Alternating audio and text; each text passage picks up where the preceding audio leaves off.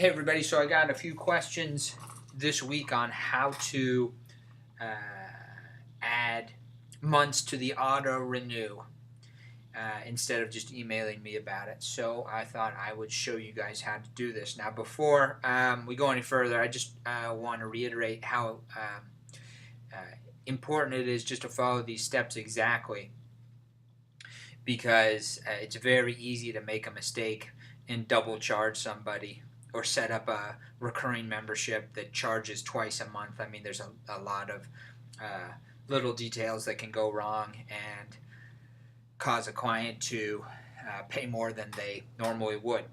But for those of you who want to learn how to do it, it's actually very simple. If you just follow the steps and do everything correctly, no problem at all. It's pretty easy. So let me show you how to do it. Let's say you get a client, in this case, Liv Ballard. She comes in and she wants to add a Perkville to her account. So we go to her auto pay schedule and we look at it. There's only one left. So if we add that Perkville, 160, no problem, goes on there. The trouble is that as soon as this runs on April 12th, what's going to happen is it'll give her a whole brand new year-long contract using the price that she paid last, in this case $160. So it'll screw up her whole next year or give her $15 off her normal already low $175 price. What to do in this situation, what I do in order to add more months. It's pretty simple. We'll go to account details, and then we'll scroll all the way down to the bottom, and we can find this first one right here on top. That is the contract that is currently in use. You'll see these other ones, 12 of 12, that means she used up the 12. It rolled over to a new contract, 12 of 12. It rolled over to a new contract, 12 of 12, or we just made a new contract for her. Maybe I did, maybe it rolled over, I don't know.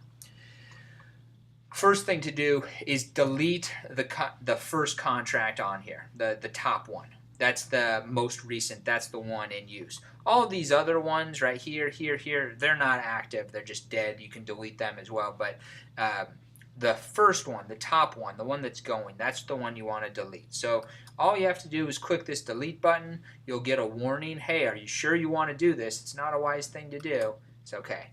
Delete it. So it's gone.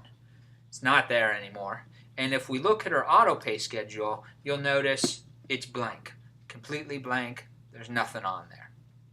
So now we have to add the months. So in order to add the months, it's just like purchasing a contract for somebody. It's the exact same thing. What we need to know is when her expiration date is. So we know it expires 4/12. So that's her charge date. That's the date that we have to make sure that we match. 4/12. You got to make sure you know that. Even if you have to write it down, you got to make sure 4/12. Then we go to the retail section and wait for the computer to load. And then we'll click her name. And we'll go to contracts. And we'll select Barstar Unlimited membership. And now there's a few different things you have to do. First thing, we have to change the contract start date. And what did we say it was? 4/12. So change it to the date that her monthly membership is going to end. So we've changed that to 4/12. We'll change the price back to $175 like she was paying. And then the most important thing is this button right here. It says pay now. You have to unclick this button. You unclick it, and then it doesn't charge the client. It doesn't charge the client until the contract starts on 4/12. So you got to make sure that pay now is left unchecked. Then we add the item like we normally do. Over here in the ticket, it gives you a big warning sign in green. You should double check just to make sure that you've done it right. Will not be charged until 4/12/2017. That's all good. We'll hit credit card key stored because it's the same card that she's been using. Credit card key stored. And then save. Print receipt, it doesn't matter. The receipt doesn't matter. All the receipt says, and you'll notice it when it pops up here on screen. I'll expand it out. Give the computer time. All it says is that an auto pay is scheduled to start on 4/12 at 12 a.m. So that the receipt doesn't matter. Don't worry about that. Now we go back to Liv's name, and we go to her account details, and we check her auto pay schedule, and you'll notice we got 12 more months all ready to go, all set up. And remember, the whole reason we were doing that is that she had given me a Perkville, so I will add the Perkville 160 and update it, and she is good to go. All right, if you follow all those steps, that is how you add more months to somebody's auto renew. Remember, just follow those steps exactly. Don't do it a different way. Make sure you follow all those things.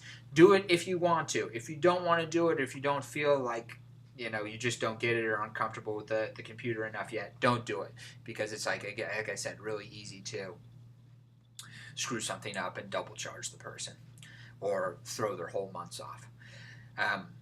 Again, always make sure to go by the normal numbers. It should always be 175 going to 160 or 140 going to 125. If you have any questions about it, feel free to email me in your logs. That's how to do it if you want to do it and save yourself time at the end of the shift not having to log me about it. And that concludes our video for today. See you later.